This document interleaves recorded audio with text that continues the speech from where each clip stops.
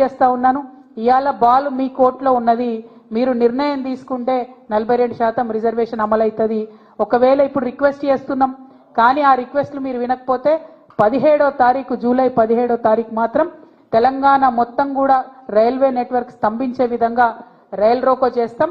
మేము రైళ్లలో ప్రయాణించే వారందరికీ కూడా రిక్వెస్ట్ చేస్తున్నాం, జూలై 16, 17, 18 మీరు కనుక ప్రయాణాలు పెట్టుకుంటే వాటిని వాయిదా వేసుకోండి. 16వ తారీఖు నుంచి మీరు ఎక్కడి నుంచైనా వస్తే తెలంగాణలో ఇరుక్కుంటారు.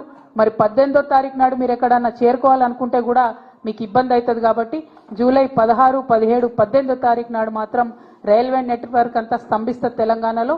సో మీరు ఖచ్చితంగా ప్రయాణం వాయిదా వేసుకోవాలని కోరుతున్నాను.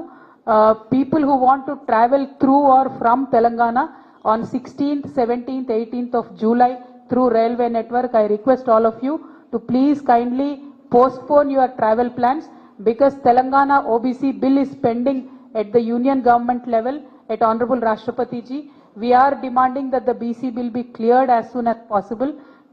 To meet that demand, to put pressure on the union government, we are holding a rail roko in Telangana on 17th July. That will inconvenience your travels. So people traveling from and through Telangana in July 16th, 17th, 18th, I sincerely request all of you to postpone your travel plans. So మళ్ళొక్కసారి ముఖ్యమంత్రి గారికి half century దాటి ఢిల్లీకి ప్రయాణిస్తున్నందుకు congratulations చెప్తూ BC bill పట్టుకొని ఢిల్లీ నుంచి రావాలి, బనకచెర్ల మీద అపెక్స్ కౌన్సిల్ మీటింగ్ పెట్టించుకొని బనకచెర్ల ప్రాజెక్ట్ ఆపే మీరు ఢిల్లీ నుంచి తెలంగాణకు రావాలని డిమాండ్ చేస్తూ మరి హాజరైన మీడియా మిత్రులందరికీ కూడా నమస్కారాలు. జై తెలంగాణ, జై జాగృతి, జై KCR. Thank you so much. PowerPoint ప్రజెంటేషన్లతోని కాలయాపన చేస్తున్నారు తప్పితే ముఖ్యమంత్రి గారు ఎందుకు కాంక్రీట్గా అపెక్స్ కౌన్సిల్ మీటింగ్ కావాలని అడుగుతలేరు అన్నది ఇప్పటికి కూడా అర్థమైతలేదు.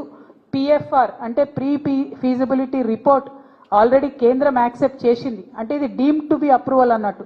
దీని తర్వాత డిపిఆర్ఏ ఇచ్చేది ఉంటుంది, డిపిఆర్ ఇస్తే నిధులు కూడా అలకేట్ అవుతాయి. మరి ఆల్మోస్ట్ పనులన్నీ అయిపోతే కూడా ఎందుకు రాష్ట్ర ప్రభుత్వం స్పందిస్తలేదన్న విషయాన్ని మాత్రం నేను అడుగుతా ఉన్నాను. అందుకే ముఖ్యమంత్రి గారు మాట్లాడాలంటున్నా. ఉత్తమ్ కుమార్ అన్న ఎన్ని పవర్ పాయింట్ ప్రజెంటేషన్లు పెట్టి లోకల్గా మన ఎంపీలకు చెప్పినా దానివల్ల ప్రాజెక్ట్ ఆగేది లేదు. ప్రాజెక్ట్ ఆగాలంటే ఢిల్లీలో లొల్లి పెట్టాలి, ఇది ఢిల్లీలో లొల్లి పెట్టేటటువంటి టైము, కాబట్టి అక్కడికి పోయి యుద్ధం చేయాలని చెప్పి నేను రేవంత్ రెడ్డి గారిని డిమాండ్ చేస్తా ఉన్నాను. ఆపరేషన్ కగార్ ఆపాలని చెప్పి నేను ప్రత్యేకించి ఇదివరకే రిక్వెస్ట్ చేయడం జరిగిందండి. మేము ప్రజాస్వామ్యవాదులుగా ఖచ్చితంగా ఆపరేషన్ కగార్ అనేటటువంటిది ఆగాలే, పోతున్నటువంటి ప్రాణాలు కరెక్ట్ కాదు. ప్రజాస్వామ్యం మీద అలిగినటువంటి వాళ్ళను బుజ్జగించి చర్చలకు పిలిచి మనము ఒక ఒపీనియన్ తీసుకొని ముందుకెళ్ళాలి తప్పితే వాళ్ళని ఎలిమినేట్ చేయడమే అనుకుంటే కరెక్ట్ కాదు.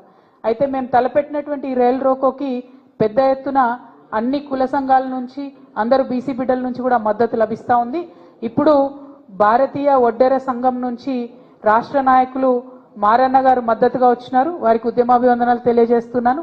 అట్లానే తెలంగాణ నాయి బ్రాహ్మణ సేవా సంఘం నుంచి రాచమల్ల బాలకృష్ణ గారు వచ్చినారు.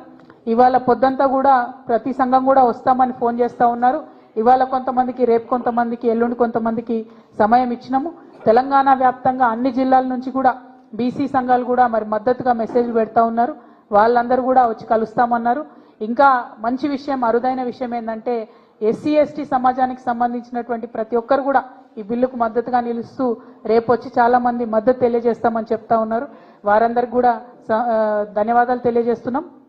ప్రజాస్వామ్యబద్ధంగా ఇది మంచి డిమాండ్, రావాల్సిన డిమాండ్. మద్దతు ప్రకటిస్తున్న ప్రతి ఒక్కరికి కూడా ధన్యవాదాలు. Thank you. జై తెలంగాణ.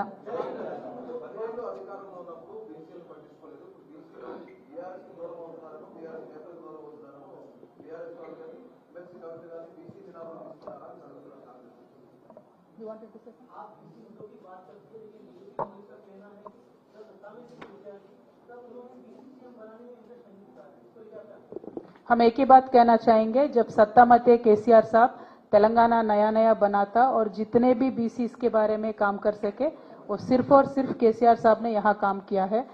जैसे कोई प्रदेशों में बीसी नेता भी सीएम बने थे, मैं आज दावे के साथ ये बात कर सकती हूँ कि उनसे ज्यादा काम हमने यहाँ केसीआर साहब के टाइम में करके दिखाया है।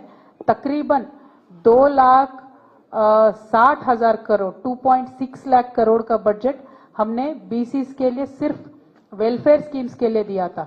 एम्पावरमेंट अलग, रिजर्वेशंस अलग, वो सब छोड़ के भी हमने बीसीस के लिए काम किया है। तो पूरे हिंदुस्तान में मैं दावे के साथ कह सकती हूँ केसीआर साहब ने जितना काम किया है किसी और सीएम ने नहीं किया है। Thank you.